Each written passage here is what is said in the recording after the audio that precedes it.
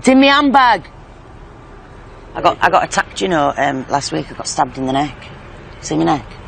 Got stabbed in the neck. A client stabbed me in the neck. He asked me for anal sex, and I don't do anal sex. When I said no, he said to me, you are doing it. I've paid you for the hour. You're doing what I say, you bitch. And I said, I don't think I fucking am. And he just went, fuck off, in my neck.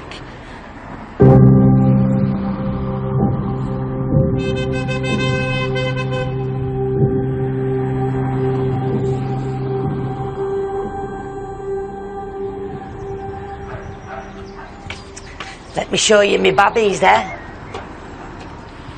These are my little darlings, these. I'm going to show them my quails. Because I breed these. I've been brought up around quails because the first foster home I had, they used to get in you go. They used to get quail eggs.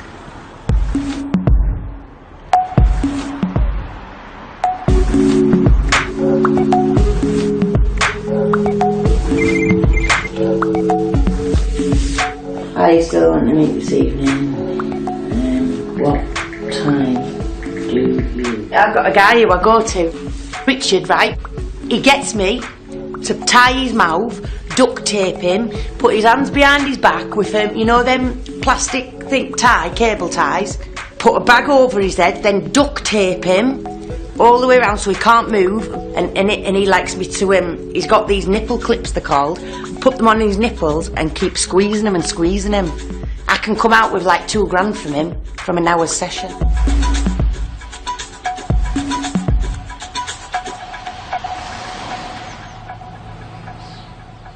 The first time I worked, well, I used to be married to a woman in Hull before I went to my last prison sentence, and she was rattling for her drugs. And then she said to me, like, can you get me some money? And I said, how am I meant to get you money? She went, here, and she passed me a pack of Durex. And I said, what's that for? I'm a lesbian. No, she went, stand on that corner and you'll see what they're for. Then a car stopped and went, jump in, gorgeous. And then he went, what you offering? And I just said, well, what do you want? Because I didn't know. I didn't know how to say it or anything or how to go about it. And he said, well, I want everything. How much is that? And I said, 100 quid, and he gave me 100 quid. It was a bit of a buzz and a bit of an addiction going out, and I got addicted to the money, you know, the good money. Sorted.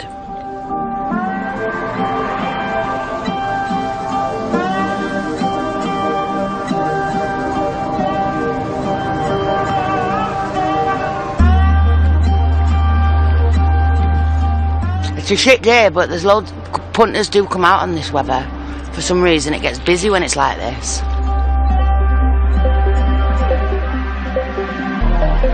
Yeah, let's go see what girls are out.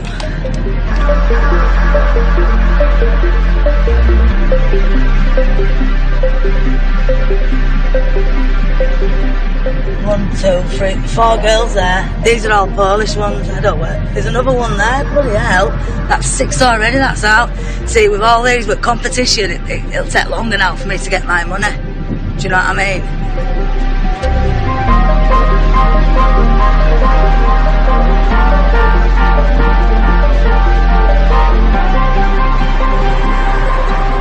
Where I'm from, Hartlepool, you get locked up if you stand on corners down my way. But it's allowed through here, because now you're getting in cars and things like that and the police know what you're doing. Do you like, mate? Do you want business? 24 hours, 30 seconds or 40 to go.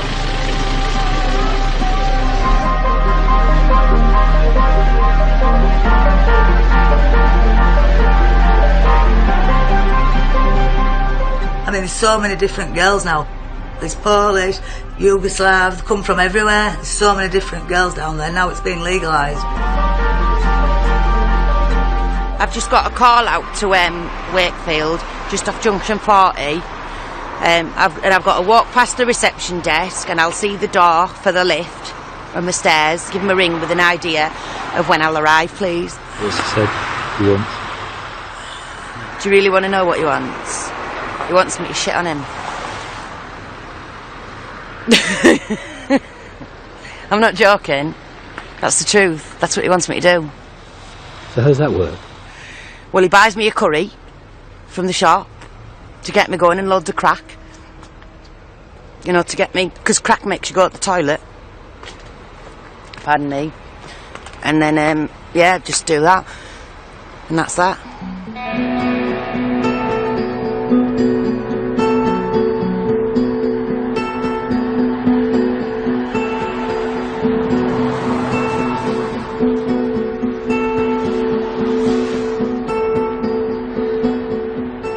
I can do acrylic nail extensions, we have shellac, we do manicures, pedicures, spray tans, waxing, sunbeds obviously.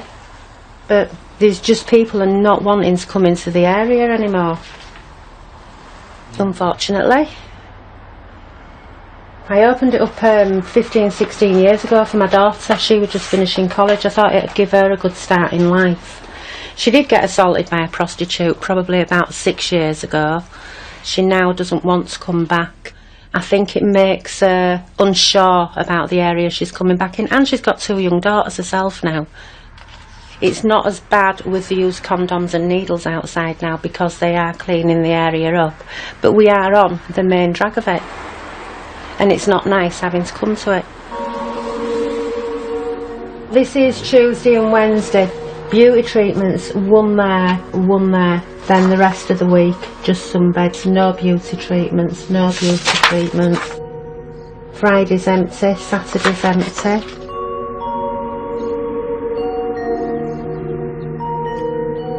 I moved into my street just in August when I got married, and already I've met a few people, and that's just really nice, and I don't think I've ever had that before.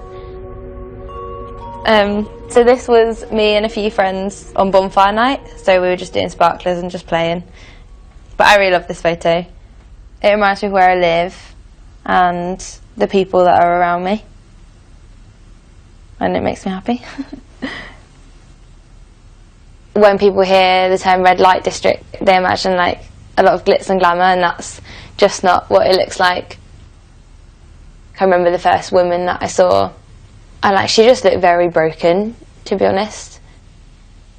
I think you're not necessarily going to be able to stop the women from working, but I think it's much better to work with them than to try and fight them. People have been upset by the managed zone. I guess it's hard living somewhere that seems like a bit of an experiment. I guess for me, I think it's a good thing keeping women safe.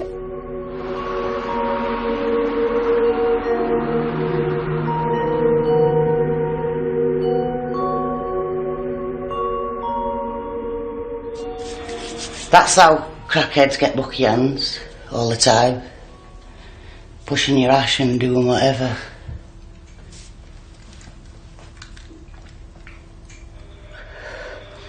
I have this every single night before I go out, because it gives me confidence.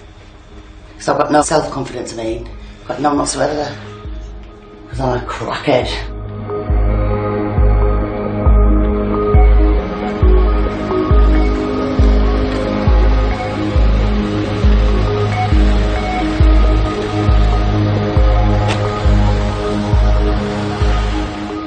Well, I've got no choice really, have I, when I'm an addict? I've got to do it, haven't I? Otherwise I'll be rattling and I'd have to go grafting and, shoplifting and things like that. And burglaries, which I don't want to get into. I've been there before, done it, wore the t-shirt and dried it back out again. See, this stuff, the crack, this is what kills your money. So you make my money? Well, yeah. Your money, Paul. Your money. But first time I ever did it, I spewed my ringer up. But it's such a nice feeling. But you'd be sick, but it's nice, it's a nice feeling. But after a few weeks of taking it, then it's just horrendous. What you go through, the withdrawal, the feeling you have when you don't have it, you'd be sick, you're cold, you're hot and cold, you shiver. I won't wish it on my worst enemy. It's horrible, horrible. Don't half get on your teeth as well, I tell you. My teeth are ruined because of it. Yeah. So would you say you're friends? Oh yeah, very close. Yeah, we're very close. She offered me business while I was sat on my doorstep. last year while I was talking to my neighbour, and she says, "Do you want business?" And I says, "Well, go on then, come in." So my neighbour went home, and it just escalated from that, really. And we've been friends ever since. I love one of it, a tenner bag and a tenner whiskey. I feel sorry for her in a way, but because I care. That's what it is. I care. Yeah, I'll be 2 minutes. Alright, bye. With heroin, you lose your sex drive. You know, you don't want to have sex on heroin. You completely lose your sex drive. So if you're down there and you're having to sleep with someone, it's just awful. Absolutely awful. Grab that for me. Don't be smoking because I've wrecked your neck.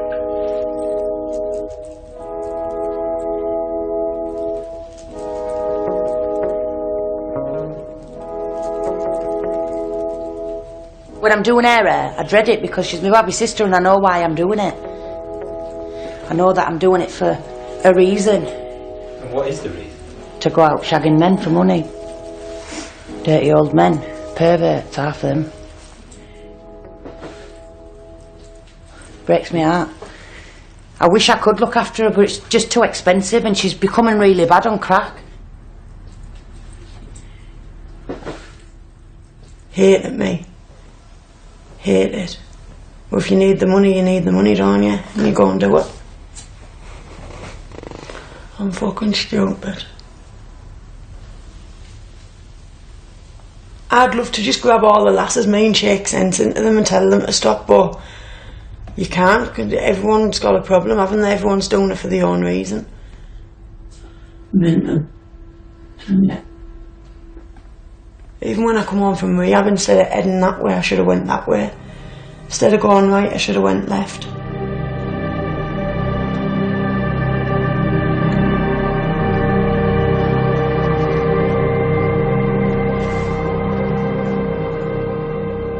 It's quite hard when you hear people say things like, oh, but they've chosen it, why don't they choose something else? Yeah, for some of the women they do choose it, but the cycle that they're in is far more complicated than a quick fix. I think it's naive to just tell them to stop working and to come off drugs. It's not that simple. Police have launched a murder inquiry after the death of a young woman in a managed red light zone in Leeds. A 21-year-old sex worker was savagely beaten in the Holbeck district in the area where sex workers are allowed to operate during certain hours. Police say Daria Pionko was found seriously injured on an industrial estate in Holbeck in December. She died a short time later in hospital. The night Daria got killed, I was out, I was talking to her, and then I went home because I'd got my money. And then that happened. It was like a kick up the arse to say, right, we need to stop very soon.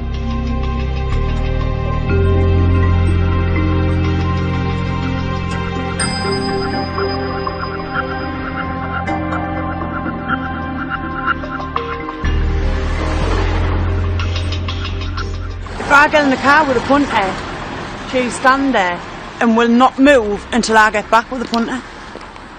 Proper paranoid, man. 26-year-old and she goes on like my 2-year-old. Proper protective of me, but that's good though. Two sisters look out for each other. Now, police let off your case, it's a lot better, yeah? A lot better. Do you feel safer here? Not round here, because it's dodgy round here, but yeah, around there. Apart from what happened to me, other than that, yeah, I feel alright, yeah. But I'm a strong person, me, and I'm strong-minded, if you know what I mean. She's not a strong person. Some of them big right dicks. You'll get in the car, you'll go to a place where it's nice and quiet. Before you do the road job, you ask for the money. Some of them would be dickheads and try and pay you afterwards. And it didn't work like that. You always get the money up front. You never know, they might just get the business and fuck you off. If anything, just kick off. I can text them and tell them where I'm at.